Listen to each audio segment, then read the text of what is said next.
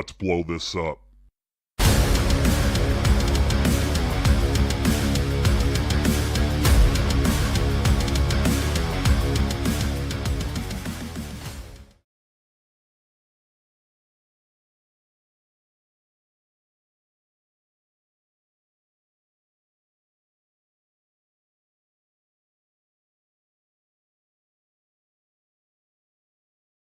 Back now. Listen, guys, I don't know if this is going to be what happens throughout our conversation tonight, but for the first time, I'm experiencing some very weird feed issues with this live stream. We'll see how this goes. But nevertheless, we're going to soldier on and hopefully bring you another great live conversation here on Let's Blow This Up. Tonight, we're talking about the differences between starting a podcast and making a podcast. And making a podcast is really what it's all about, because anybody can start a podcast. Statistics tell us that many have tried, but the real buy-in is what's needed to grow your show over time and really make something special out of it. Now, you know the rules here on the live stream. I can't do this alone. I need the help of my friends to communicate with you in the Bomb Squad. So tonight, I am joined by the founder of LightningPod, Mr. Eric Johnson. Eric, welcome to Let's Blow This Up. I'm embarrassed by how much better your production values are than mine. That intro was top notch.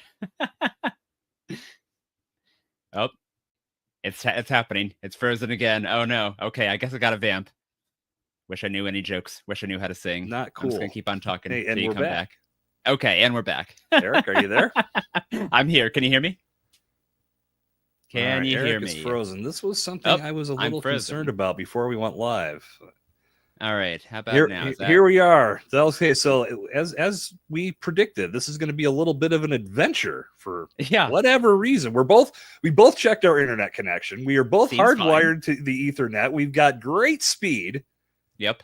I guess technology is just deciding to take a holiday on us this evening.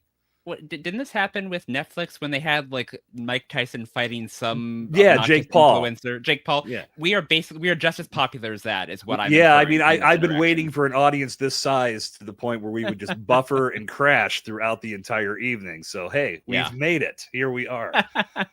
Again, we're gonna soldier on through this, and hopefully, we're gonna get something special. And when it's all said and done, something that maybe I'll even need to bring you in as a professional editor to help me with. So if there's anything we have to cut and make sound better, we'll worry about that on the back end. But Eric, it's good to have you here on the show. We've connected. Great to be here. Yeah, I'm glad to have you, man. It's been a connection through the Podcast Professionals Association for you and I. That's where we first met. And for me, that's been one of the most important parts of being a part of the PPA, is getting to meet so many other people in the industry and get to have these conversations with like-minded professionals. So I've had a few folks from the organization here on the show this season. We're going to keep that trend alive tonight as we dive into one of the subjects that you're very passionate about. And that is the fact that starting a podcast, pretty low barriers to entry. Keeping it going beyond even a few episodes, which is where, unfortunately, many podcasters bail. That's where we need some improvement in our space. So when I asked you some questions to get to know you and discover what we were going to talk about in this live stream and in this podcast, when you said that, I knew immediately that's where we were going. And I felt like that was a great subject for us to tap into. So share your perspectives on this and your time in the podcast space. What have you seen in regards to this mindset of people being super excited to get their podcast started, but then tapering off and just pretty much falling off a cliff after just a few episodes? What have you experienced in that respect? Yes, I mean, that's really goes back to why I started my company, LightningPod, was because before I was a full-time podcaster, a full-time podcast producer, I started a show for fun. This was 2014. We started recording it. Wow. With my friend. This was the BS area before Serial, and this was a pop culture show with my friend from college, where we were just on weekends, usually Saturday mornings. We were, recording ourselves remotely on Skype, of all things, because Zoom was not really a known quantity at the time. I remember those days too. We would do the 3, 2, 1, and we'd press record at the same time. So really old stuff here. Antediluvian, I think the phrase is. Anyway, so. We were recording this podcast and we were putting it up just for fun as a side project. And we did it for a couple of years and we loved doing it. it like brought us a huge amount of joy. Our friends liked it. Years later, when this friend came to my wedding, all my other friends were like, "Oh my God, you're Podcast Emily. That's you. You're from the podcast." So it's clearly something that like it stuck with people, and I'm glad we did it. But it eventually reached a point where it's like, oh my God, this is so much work. Like we both had full-time jobs, right?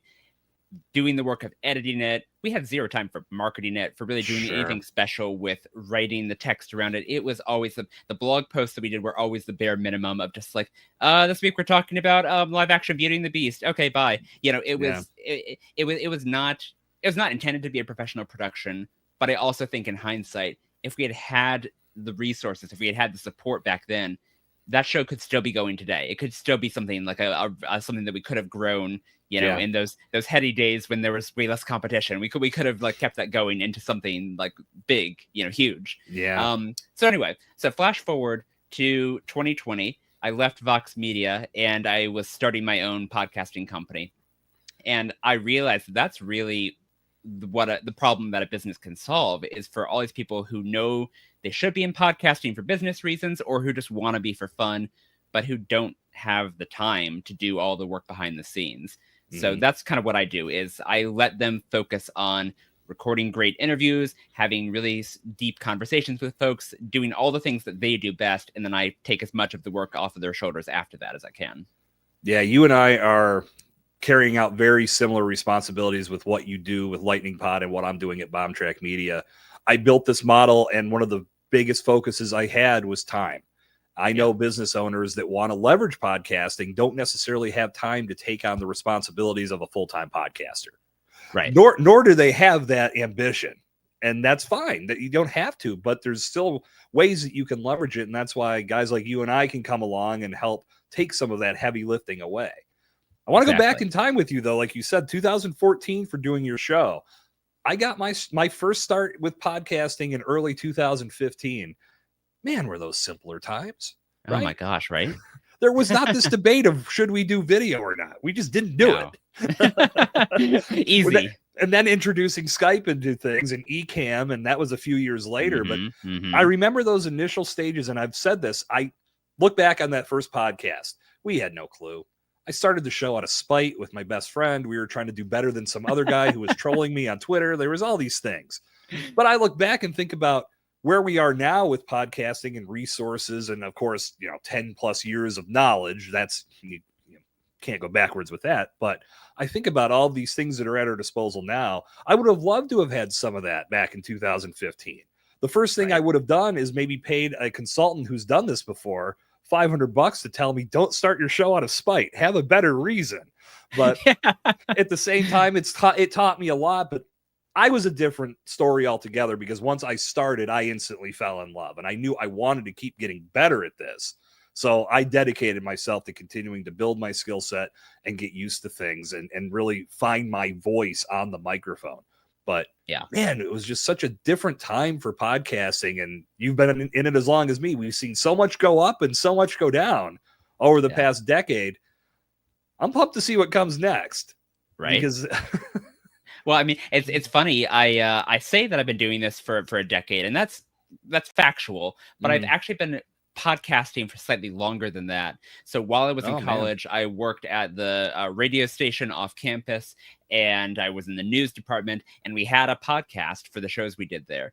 But I don't really count that as podcasting because we were just like uploading an MP3 file to the website and just embedding an MP3 player on the blog. It was not, I don't think we even had an RSS feed for that show at the time. So like there weren't really a whole lot of learnings about distribution from that time that I brought forward to the day. But back in those days, I did learn a lot of skills from working at the radio station, audio production skills, editing skills, interviewing skills that I still use every single day in my job now. Yeah, when I was in college, this was back in 1998 to 2002, to absolutely date myself. That was a big part of my communications program was the radio station on campus. And you could be an on-air DJ and just basically they gave you free reign to go and be a part of this. And the signal went maybe 2 miles off campus. So they weren't too worried about any nonsense going on. Thank God, because I probably would have been yanked off the air too many times. But I embraced that medium, and a lot of what I fell in love with was really what I wanted to pursue as a career, but it just didn't pan out right away. And it was all, I always look back and laugh because 13 years later, when podcasting became a thing and I got into that and instantly fell in love, I went back to that time in college because I used to have these shows where it was a little bit of variety, to where I'd have some friends that were on the sports teams come in and I'd do a quick interview with them. And then I'd play some music and I'd have these monologues, and all of these things I think about, I'm doing in podcasting now. So it's amazing how that all parlayed into this. It just took me a decade and a half to find it.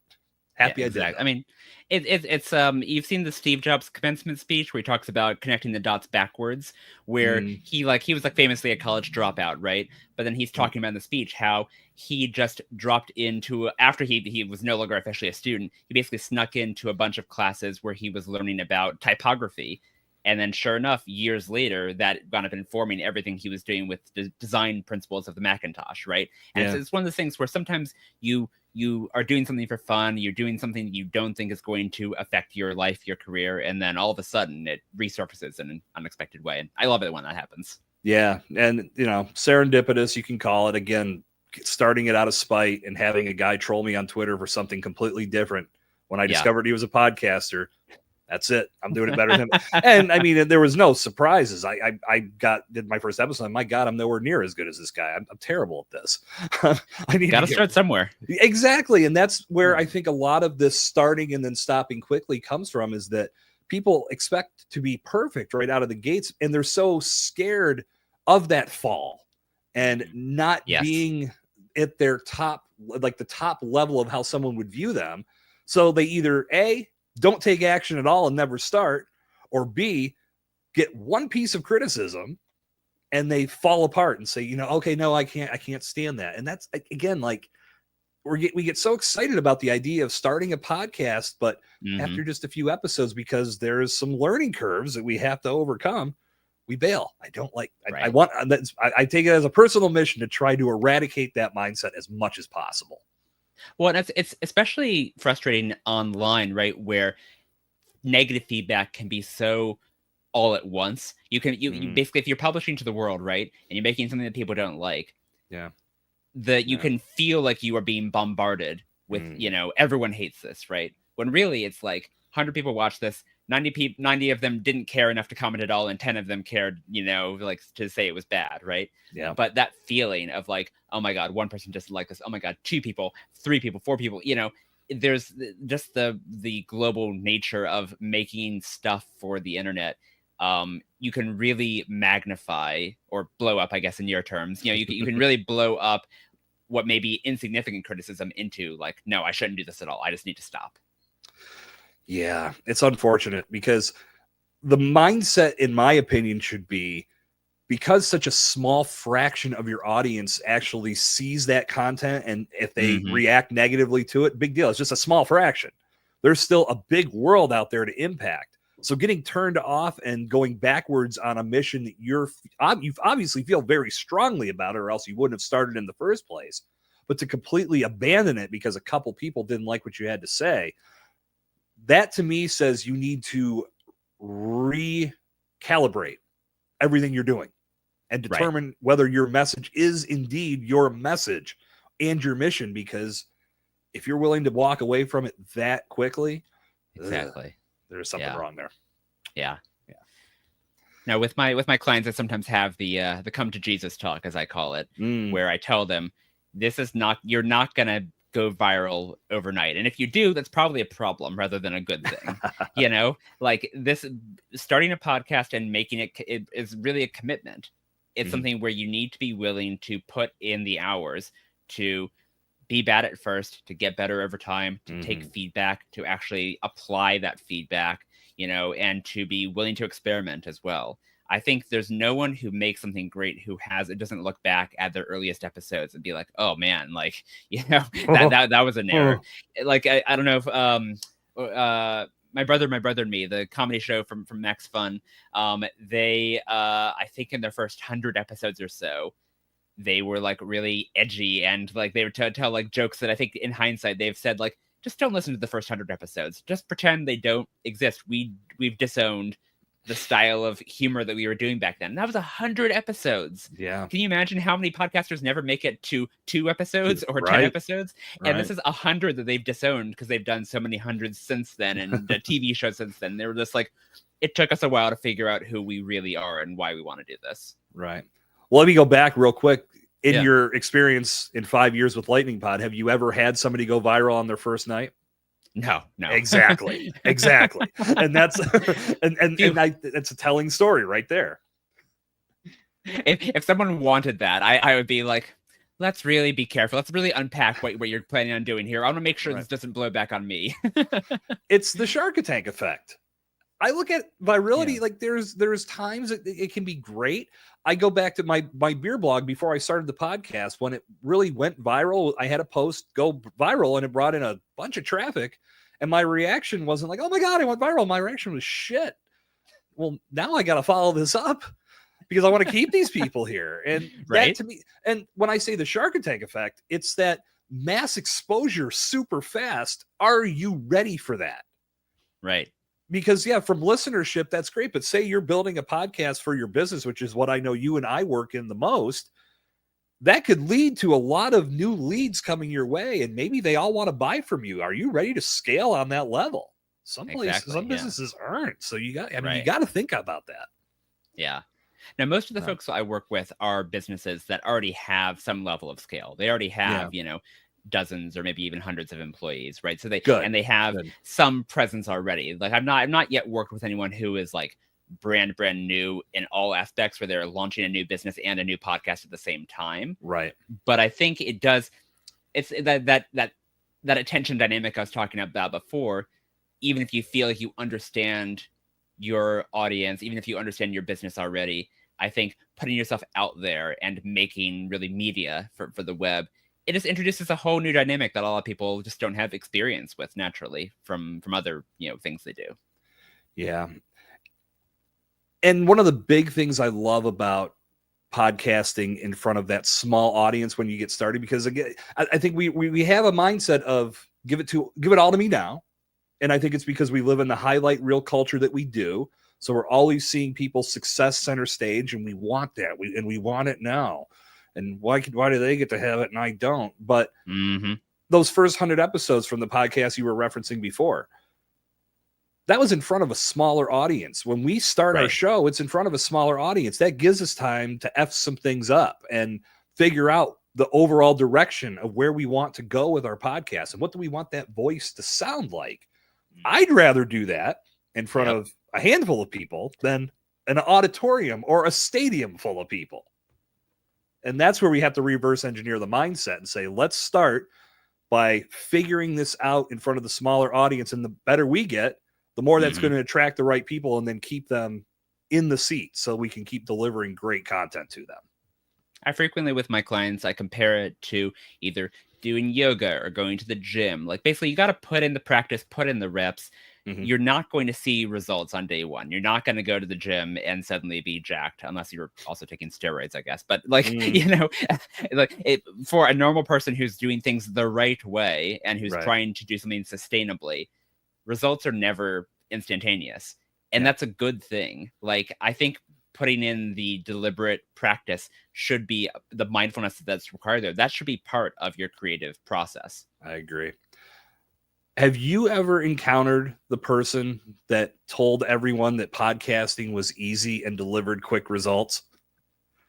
I just want to meet the person that's spreading this ridiculous rumor, because I hate when people are like, oh yeah, I'm just going to start a podcast and I'm going to get all these sponsors and the world's going to change overnight. Like, who the hell told you that's how it worked? No, I've not worked with that person. I remember I used to be on Twitter and other social media, and I feel like ambiently I would see people talk about podcasting dismissively, or they would talk about it greedily as it's a get rich quick scheme. And I'm like, oh, you got another thing coming if you think you're gonna get rich doing this. Yeah. And to speak to your point about doing steroids at the gym, there are ways to cheat at this too. Well, sure. I don't understand why anybody would want to inflate their numbers to bring in to bring in advertisers, because that's going to get exposed real quick.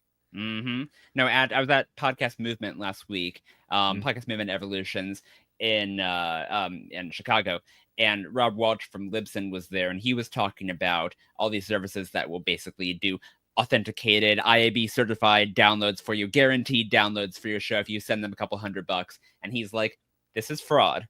What you are doing when you use these services is called fraud. And if your hosting platform finds out, if your advertisers find out, you good luck, Yeah, it's just like anything else, because you can buy followers for your social media. Back in the day, you could buy backlinks for your blog and your website, and none of it's ever good.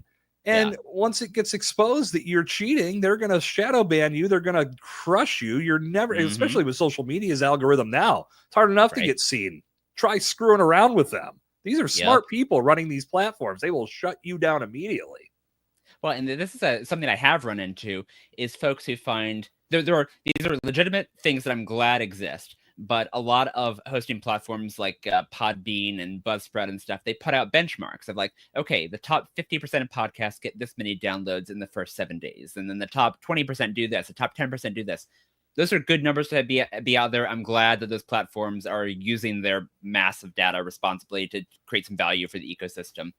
But, a lot of novice podcasters, they will find those benchmarks and they'll be like, okay, got it. So this is my goal, is I want to be in this, top, 1% of podcasters, or whatever number they pick.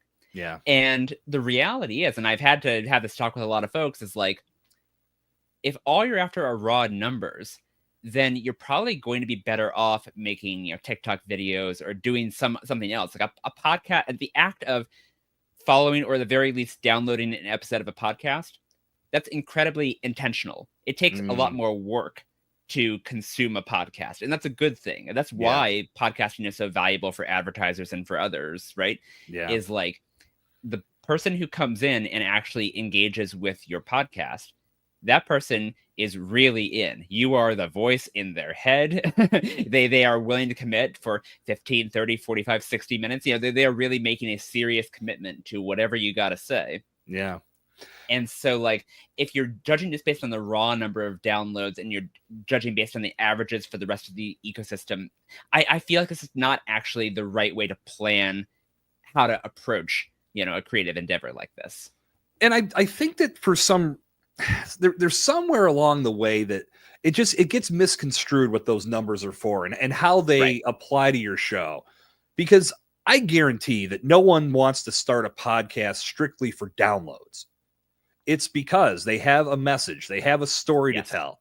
If it's a business, they want to attract more people to their brand. They want to position themselves as a thought leader and an authority in their space. That's the driving force to getting the show started. The byproduct is those downloads that come in. The more you put great content out and you stay consistent and be in front of your people and you communicate with your audience, numbers will fall into place. But I think somewhere along the way in those early stages, when they're doing their research or they're just looking and listening to other podcasts, they're seeing what they're doing, I think that number thing just gets plugged in and becomes part of the equation, when in reality it doesn't need to be, at least not in that early stage, because you got to get good at this. And when you get good at it, then the numbers will take care of themselves. One of my clients was he was interviewing the CMO of Zillow. And he was talking about people who look up the home prices in their neighborhood. And he admitted, even though he's a very successful guy, he makes plenty of money, he has a nice house and all that, he admitted, like, oh yeah, I'm constantly looking at the value of my neighbors' homes so that I can compare my value against theirs. And that's all it is. It's like a vanity thing of just like, how does my number compare to the other guy's number? Yeah. It's not actually a meaningful thing that should influence how you behave. It's not, but unfortunately, it's what drives our digital landscape. Yeah. And if you watch The Social Dilemma on Netflix, I know a couple of the creators that, I think it was the Facebook guys that came up with the like button.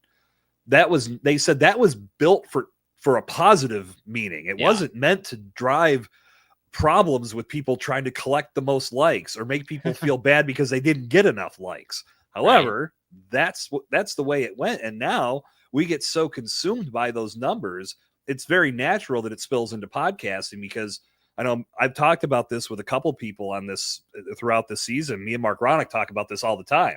That number's in your face. That download metric, the second you log into your app or you log into your server, there it is. So they're unconsciously planning it in your head that this is the most important statistic. I believe you should have to work to find that number. But if it's not the most important thing, why is it in the largest font? I don't understand. Of course, it must be important. Of course. Well, and that's, again, what else are you supposed to think when you're in the beginning stages of this? And that's the first thing you see. And Exactly. I feel a lot of the efforts of a new podcaster get derailed because they see that number and it's just not big enough. And I always ask, well, what did you want it to be? And no one has an answer to that because there's no right answer to that. You can't say, oh, 50,000. They're like, well, you're dreaming, kid. But it's not the thing, but the way these platforms are set up and the way information is shared about podcasting, it becomes the thing before it should become the thing. And we stop thinking about quality and we get consumed with, is all this work worth it? Am I reaching a big enough audience for the time that I am pouring into building this content? And again, I think a lot of people go, no, it's not worth it. And that's why we see the statistics that we do with people bailing out after just a few episodes. It's sad. Yep. No, at the same talk I was referencing that Rob Walsh did at Podcast Movement, he was talking about how, like, everyone keeps talking about the number of podcasts increasing. It's like 4 million podcasts are in the Apple Podcasts right now. But he says, if you actually look at the graph of the number of active shows, and active generously defined as has published an episode in the last 90 days, that's been pretty flat for years and years. There was a spike at some point in like the late 2010s or something, but like for years now, that number has been pretty much flat. So it's one of those things where the numbers can deceive you if you let them. Sure. And yet another reason why that should not be the focus. And even if that number wasn't as bad as it was with 4 million versus was it like less than 450,000 actives or something, whatever the most recent statistic is, there could be 10 podcasts in your general neighborhood of what you want to create. Make the 11th because your voice is going to be different than everyone else's. You're going to have different insight, different spin. The right people are going to show up and like what you have to say versus all the other 10. Yeah. And then you can continue building on that with good content over time. Well, but also maybe you show up and maybe it doesn't connect. Maybe the ecosystem didn't need an 11th podcast, but the experience of doing that, of actually making yourself go through the put in the reps, as I'm talking about, right?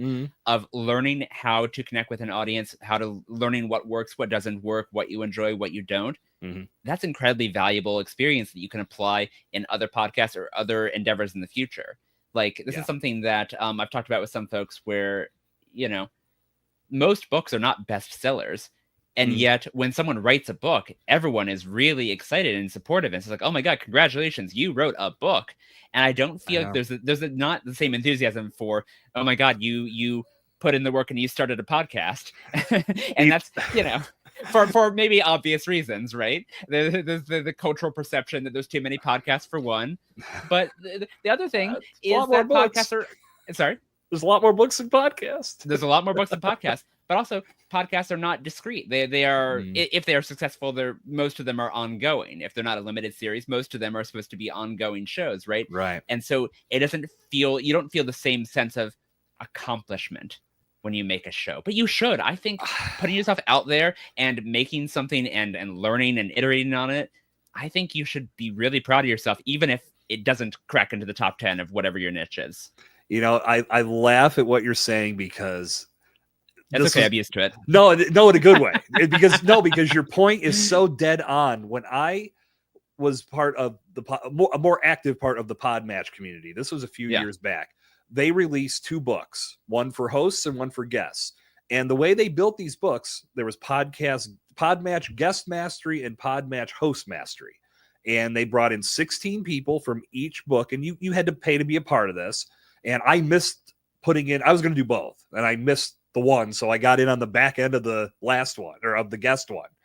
And everybody had the same set of criteria, and we all gave our insight on what we thought worked with this platform and with the overall platform of podcast guesting, and for the hosts hosting a podcast, what we thought worked about this. 2 great books that went out, still available on Amazon.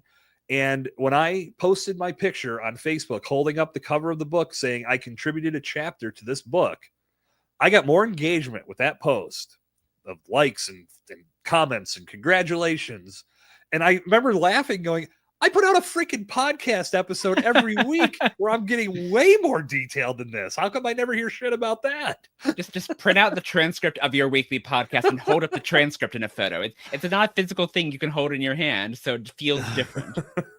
Like, I don't know if you can see behind me. I have a lot of physical media. I have a huge collection of movies here. Yeah. And I do think there's something really interesting about how much we value something that we can hold in our hands, as opposed to something that's just out there in the ether, the way a podcast is, the way a streaming movie is. You know, like the ones I have here, like I've carefully curated my collection here to be like, these are the ones that matter to me, that I have something to say about. And I wouldn't have a collection in the same sense if these were all digital. It would not feel the same. So it's a weird psychological thing, but it's true. Yeah. I hope we get there someday. I would like to see that. I mean, it's a mindset shift. And again, like I still talk to people that are thinking about writing a book. And I usually say, I think that's great. If you want to write a book, fantastic. But have you thought about doing a podcast as a complement? Because a lot of what you talk about on a podcast could easily be translated to a book. And the words that you're spilling into your podcast microphone can be transcribed. And before you know it, say you've produced a season of a podcast based around the subject that you want to build your book around. You've got the bones right there. Now you just have to hire somebody to do the editing and massage that content, or you do it yourself, depending on if you're in DIY mode, great.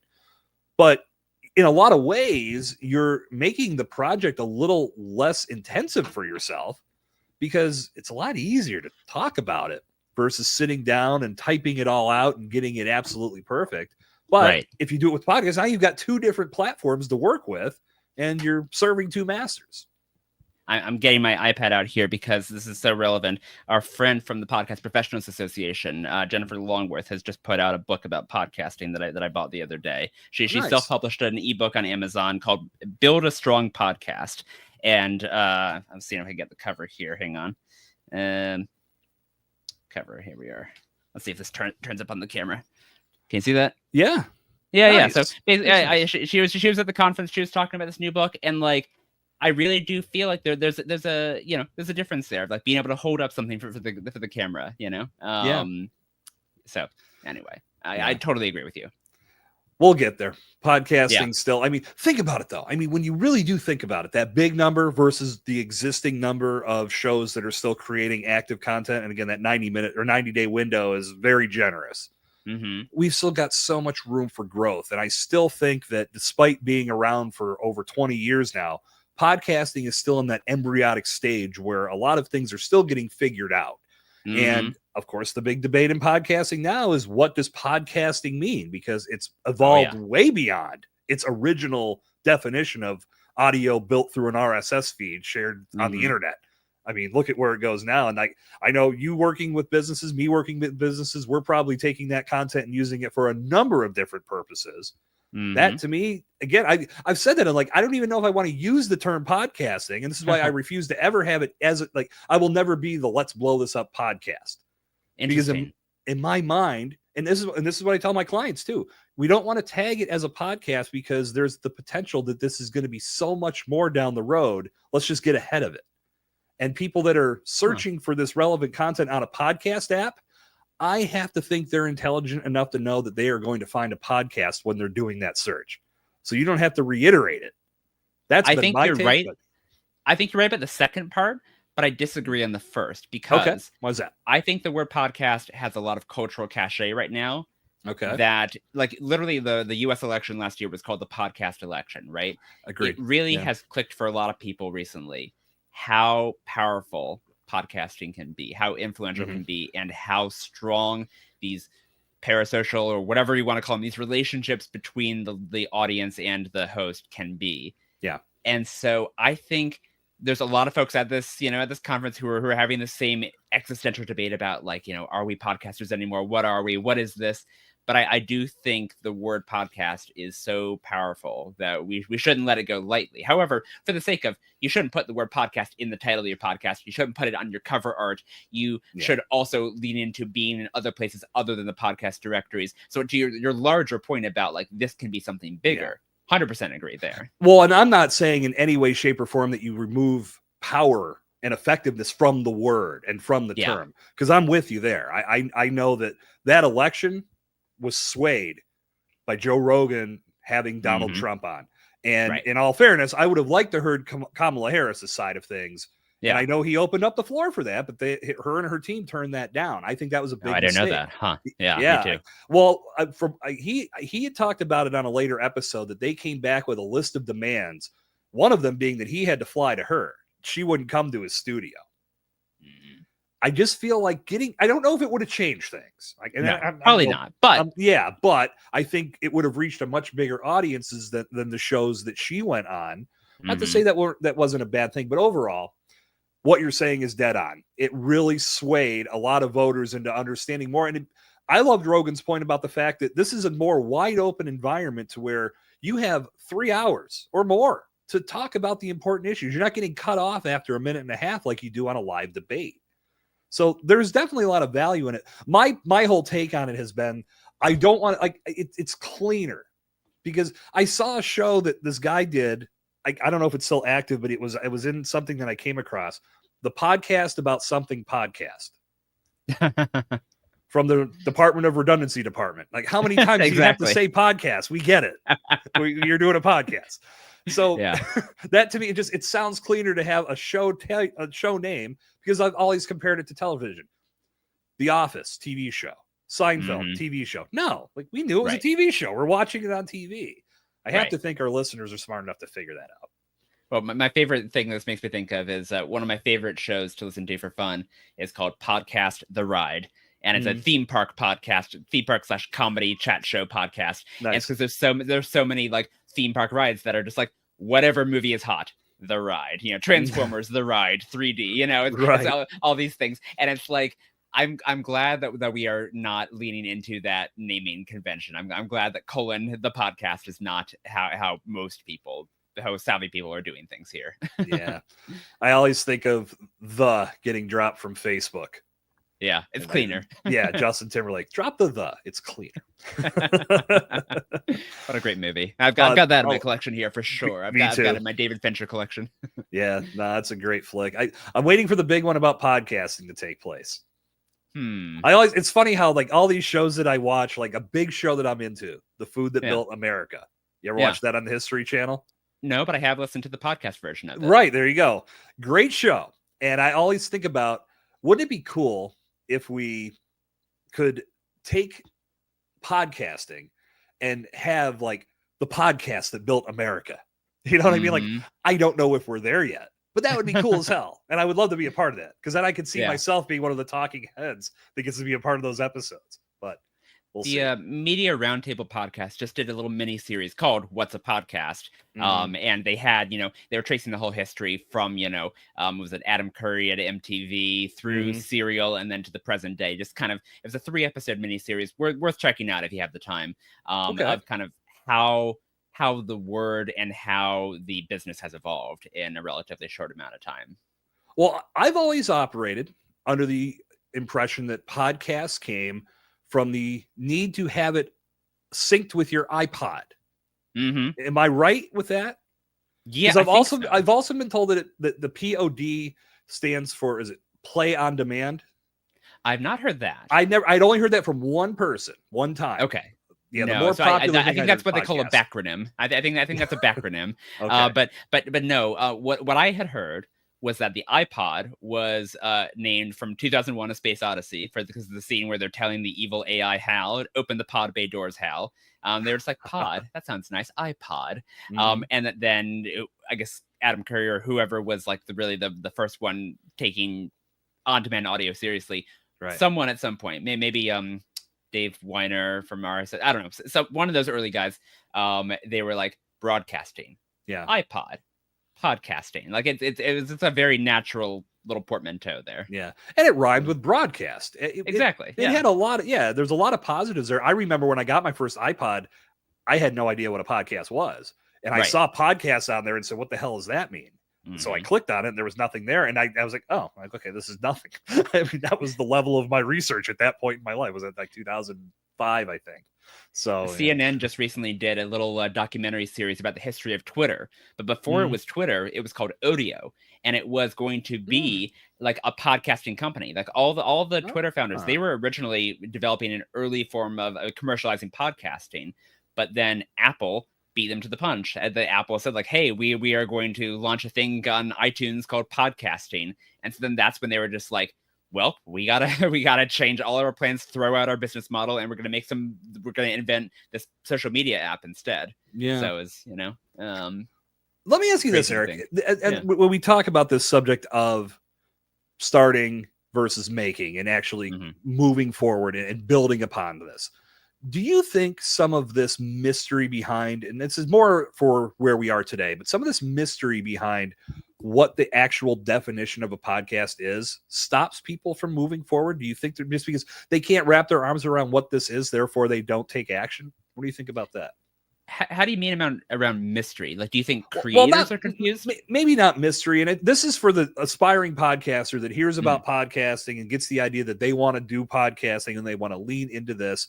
But because we are in this state right now where there's this article that keeps getting kicked around by Business Insider, I think, about the definition of podcasting has changed and that's a problem or something like, I can't remember the grabby title they threw out there. But I just wonder sometimes if people don't have the ability to gain a full perspective of what they're getting into because we inadvertently are creating all of this, call it mystery, call it confusion. But we're trying to define it in a number of different ways. And a new person that's looking at this from the outside in at this point may be wondering, is this even worth getting involved in? Because there's no clear direction on what I'm going to be creating. That's just something that just popped in my head now. I just wonder. No, it's a great question. I think that's something that's probably going to afflict people who are already in this ecosystem more than new creators. Because you look at the numbers of consumers, right? So think about who's like consuming podcasts. The average consumer does both audio and video, like 70+% of consumers both listen and watch podcasts. And for them, a podcast can be either of those things. And it's okay that it has multiple definitions. And I think there's a lot of folks in the creator community, older school folks who have been in this game for a while, like you and me, right? Who may be like, no, wait, we had defined a term and then now we're losing control of what this thing is. But I kind of feel like we have to follow the herd of what consumers are expecting, what they're demanding. So I don't think it's really creating confusion so much as welcoming a second definition for the word. It can be both these things, and I strongly believe that there is room for lots of crazy new video podcasts, and there is still room for audio first production that really cares about stuff like the theater of the mind, that really cares about high quality, of having the sharpest edits, which you can't do in video as easily, right? I think there's room for all of these things under the podcasting umbrella. And so it's just a matter of, do we as producers, how do we upscale ourselves in order to address this broadening need, this broadening term? And then for new creators, educating them to be like, okay, look, you want to have a podcast. Here's many things that could mean. Let me help you figure out the right path to go down, or the right paths to go down. I think it's incumbent on us to be welcoming of multiple definitions here.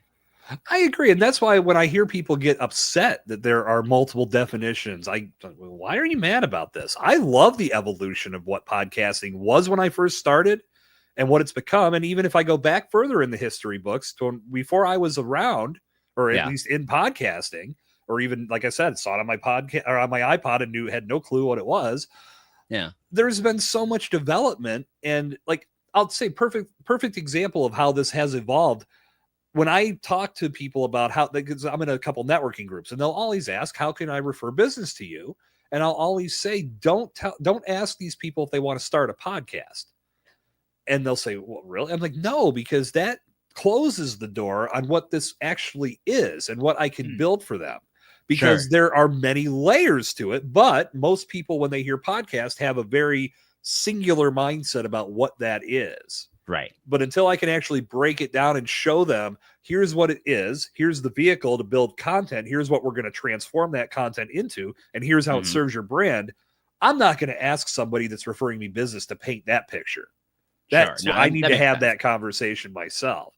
But in that conversation, that conversation, like the person coming to you, they might think a podcast is either Serial or the Joe Rogan Show. And so I think that it's like, it's really good if you can show them like, hey, no, this could be so much more, you know, what's your craziest idea? Let's make something really weird, you know, like let's broaden out the terms ourselves. Yeah, it is a wide open canvas and you can create so much cool shit if you have a clear idea and a clear vision. And that's really where I put a lot of pride in the work I do, is building that vision on the front end. And that's really where the biggest emphasis comes for me, because I looked at the statistics. And when I launched Bombtrack Media, that was one of the driving missions of what I was doing. I'm looking at statistics and I'm looking at experts, quote unquote, for the non-viewing audience, air quotes in the air. The experts over here saying, oh, you've got to be releasing podcasts every week and you have to be committed. And I've heard big experts say you've got to do multiple episodes per week and yada, yada, yada. And I'm hearing that. And then I'm looking over here. 90% of new podcasts don't get beyond 3 episodes. Why are we not addressing this major chasm in between those two things? Right. The majority of people just don't have the time to get to that level of creating content every week or multiple times per week, especially when they're new to it. You're basically putting a person at a deficit when they start by saying that's the only way to succeed. So I said, screw that noise. We need to eradicate that mission and bring a new one into play. And it's that you can podcast on your terms and build this in a way that exploits your creativity. It allows you to tell your story. It allows you to connect with the right people. It doesn't get you consumed with massive download numbers. It creates something that can attract the right people. And as you do that, more people will continue to find it, because you're going to keep getting better at your craft, better at sharing, better at marketing. And because you have staying power, you'll have more people join that audience and be a part of your tribe. That's what we should be talking about. And that's really, I think, an overarching message on our entire conversation here, Eric, is that this is the way to think about it and have some freaking fun with it. Don't look at it like a freaking chore going, oh my God, I got to do a podcast this week. If you ever say that, that's when you recalibrate. That's when it's time to really rethink how you're spending your time. Yeah, exactly right. If you're not having fun on this media, man, are you doing it wrong? Because I will say though, I think it's the problem. Certainly the gurus or whatever they call themselves who are giving this bad advice about, like, you know, you got to be publishing 3 a week from the start. That's certainly a problem. But I also think we should be wary. I'm very cynical about some of the big tech platforms. We should be wary of the tech platforms telling us that we need to be creating content constantly. Like in an earlier life, before I was a podcaster, I was reporting on the video game industry, and I was covering companies like Twitch. And Twitch at the time, their official guidance for creators was like, yeah, if you want to be serious on Twitch, this should be a full-time job. You should be streaming video games 8 hours plus per day. And like, certainly they also welcomed like hobbyists who are just doing it for fun, right? But like they were saying, like, yeah, the serious, you know, streamers are doing it this much, right? Yeah. And you know, I think the incentives for these companies, right, is they want to have as much content as possible that they can sell ads against. They want there to be volume of content. Yeah. And I think depending on what your goals are as a podcaster, you should be prioritizing those goals and not the platform's goals. Exactly right. And that's where I look at this embryonic stage of podcasting, as I said before, where we're at. Why are you listening to somebody's unwritten rules about how you should do this? I actually just contributed an article to Pod News about this. Like, I do seasons because seasons work for me. I'm not saying they'll work for you, but if you have time as a factor in how you leverage podcasting, introducing this idea into things and not listening to some guy over here that says, no, seasons never work because you can't be consistent enough. That's what blows my mind. Like, well, have you ever tested that theory? Or are you just saying that because it didn't work for you? If you put yourself in a mindset where you can enjoy what you're doing, it's going to keep you engaged. And there's no reason why you can't make a pivot down the road. Because if you fall in love with the medium, there's no reason to say, you know, I love this so much, I am going to start doing this weekly. That's how much I want to be a part of this. Or hell, I love this so much, I'm going to start doing multiple episodes per week. You can make those changes. And if your audience loves that you're putting out good content, they're going to welcome it. There's not going to be any, oh crap, Jason's putting out 3 episodes a week now. Damn it. That's not how we're going to think about this, but you got to get there. And that's what too many people lose out on, is they just don't stick with it long enough to truly experience that breakthrough. And I know that's something you're passionate about, just like me. Let's break that down and get people excited about doing this, because that's going to keep them engaged in the process for the long haul. Well, and I will say one more thing on this, which is that if you start doing 3 episodes per week and then you go down to 1 and then 1 every 2 weeks, I think that indicates both miscalculation on your own part, and it indicates to your audience maybe like, oh, like maybe they don't care about this as much as I want them to, or this looks bad. It reflects poorly on you as the creator. Poor planning. You downscale your schedule like that. But if you start with 1 every 2 weeks and then you go to weekly, and then you ramp up from there when you have the resources, when you have the time, and when you have the passion and the confidence to do that, then I think that's great. And like you're saying, people will, if your audience will be totally on board with that. If they're really your audience, they will stick around and they will join you for those extra episodes. I agree with you 100%. I want to say hi to Mike that just joined us for the show. Welcome, Mike. Hope you're having fun with us this evening. Hi, Mike. I will say one thing. I've told this story before, but it bears repeating because it still blows my mind. And again, I'm not throwing anybody under the bus, but I was at a podcast conference where a woman stood up it was at a live Q&A where the person on stage is a very well-known podcaster. And she stood up and she asked what she needed to do to get better results from her podcast. And without batting an eye, this person asked, how many episodes are you releasing per week? And she said, I release 2 episodes per week. And then without context, without asking how that's going, this person said, oh, you need to do 3. Oh my gosh. And I was standing in the back of the room going, are you freaking kidding me? If this woman was already stressed out about doing 2, and now one of the more successful podcasters in this world is telling you, oh, well, you can't succeed until you do 3. Just deal in volume. Like, no, that's not a strategy. Well, that's an old school mindset that you have to do quantity over quality. I think if you're struggling with 2, maybe it's time to downplay to 1 and just keep focusing on making better content. There's no reason why you can't go back to 2. Like you said, if it's a constant change, that shows some poor management on the planning side of things. Yes. You should always be in succession moving forward in the right way. But it's advice like that blows it up in the wrong way for people. I hate that. 100%. Yep.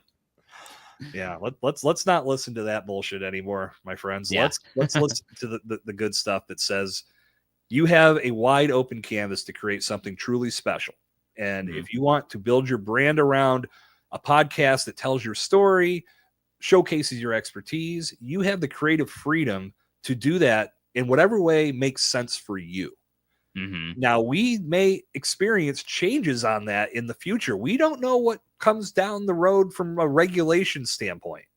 Right. I know part of the Podcast Professionals Association's mission is to be on the cutting edge of knowing when that information comes and how that's going to impact us as creators. So I say right now, while there's an element of Wild Wild West in play, wrap both your arms around it and make something freaking cool and have fun doing it. That's going to make people love what you're doing. They're going to fall in love with the whole entire brand that you're creating. And the sky could be the freaking limit if you do that right.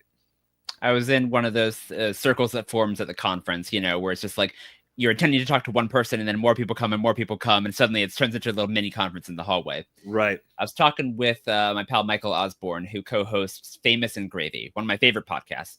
And someone else came in and we were saying, oh, this is Michael, Famous and Gravy. And he was explaining what the podcast is. And the premise of his show is it's he and his co-host look at the biographies of dead celebrities and they decide, do we want that life? They evaluate, they glean life advice and wisdom from obituaries and from the biographies of these celebrities.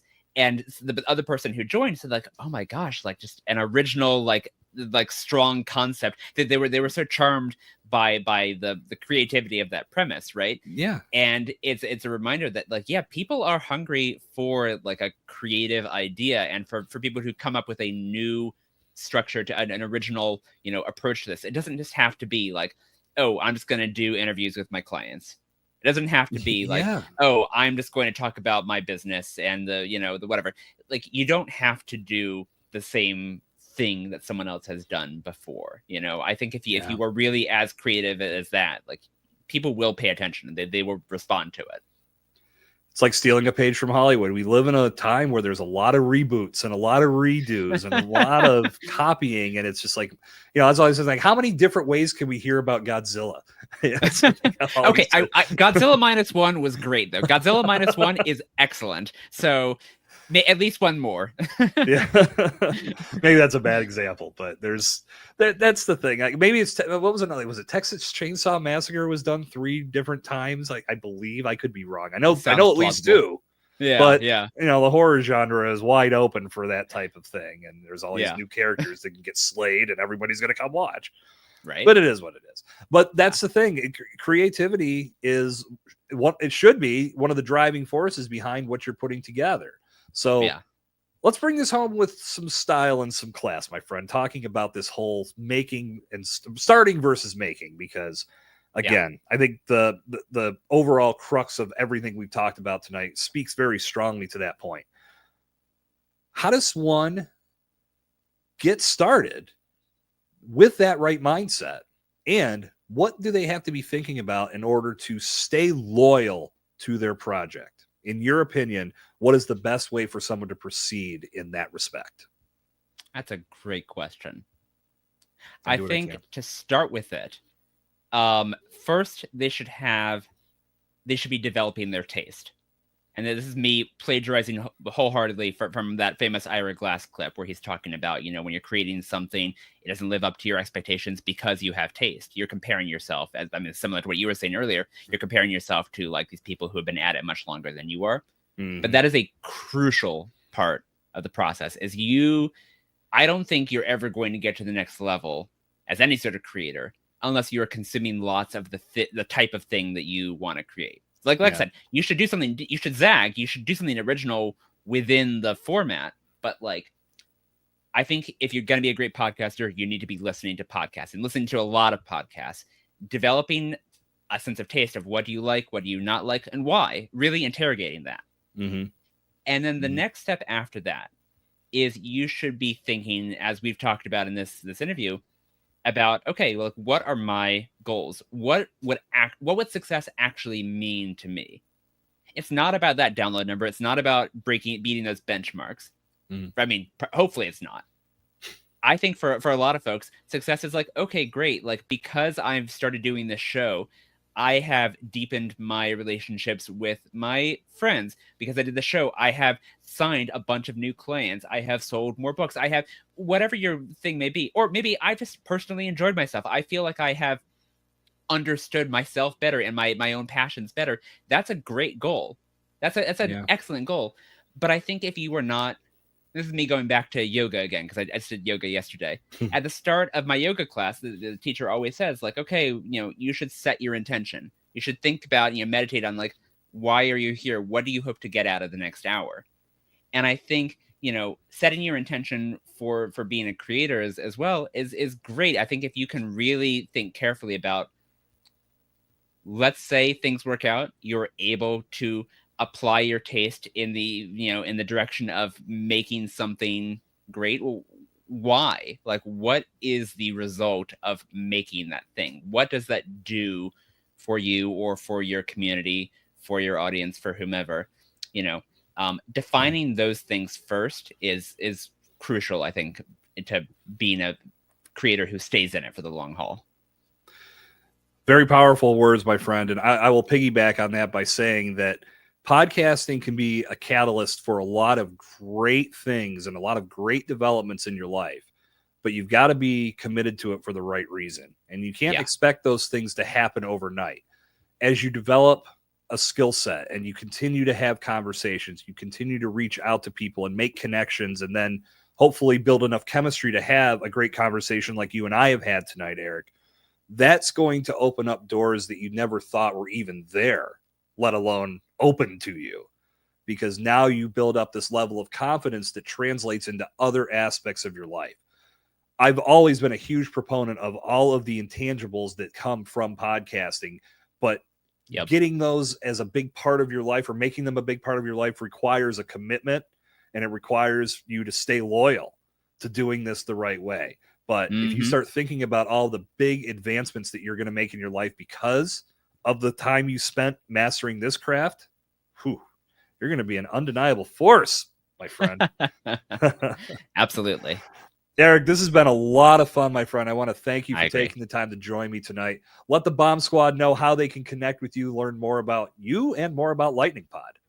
Yeah, so I'm not really on social media anymore. I have slowly cut each of those off like a different appendage. But good for you. That's good. I am on LinkedIn, despite my best efforts. I am on LinkedIn, so you can find me there. I mean, there's a lot of Eric Johnsons, so my username is HeyHeyESJ on LinkedIn. Okay. If you are a fellow movie nerd, as I am, you can find me on Letterboxd with the same username, HeyHeyESJ. And yeah, really the main thing is if you go to my website, LightningPod.fm, that's how you can find my work. You can get in touch with me there. And it's just like, you can also find my podcast recommendations there. I put out public playlists of what I'm editing and what I'm listening to. So you can find all of that at lightningpod.fm. And I will say, has literally happened today, so I'm gonna qualify. Lightning does not have an E in it. LightningPod.fm. I'm thinking I should buy the lightning just to avoid this confusion. It's happened a couple of times now, but well, we get two things so our viewing audience, whoever's watching the video, can see it right there, plain as day on your shirt. So you get the billboard going, but I will also put the correct link in the show notes so everybody can directly get to where they're supposed to go with no confusion. That's Thank you very much. My gift to you, my friend. How kind, how generous. I do what I can. All right, Bomb Squad. Thank you so much for being here with us live tonight. If you're catching the audio replay, hope you had a great time taking in this conversation with me and Eric. For our live stream viewing audience, we'll be taking a break next week. We'll be back on the air on Facebook, LinkedIn, and YouTube on April 23rd, and I'll be joined by the one and only Junaid Ahmed. Junaid is an expert and master at building in-home studios, and we're going to talk about building a badass studio in your home, what it takes, what you need to be thinking about, and why producing podcasts from home is great. And if one of your hangups is we have to have a professional studio with professional equipment, we're going to debunk that myth real quick. So make sure you're following the show, you're subscribed. If you're on YouTube, click the bell so you know when new episodes and new content goes live. Please don't be a dick about this. On behalf of Eric Johnson, my name is Jason Sircone. This has been Let's Blow This Up. And until our paths cross again, Bomb Squad, stay explosive. We'll see you next time.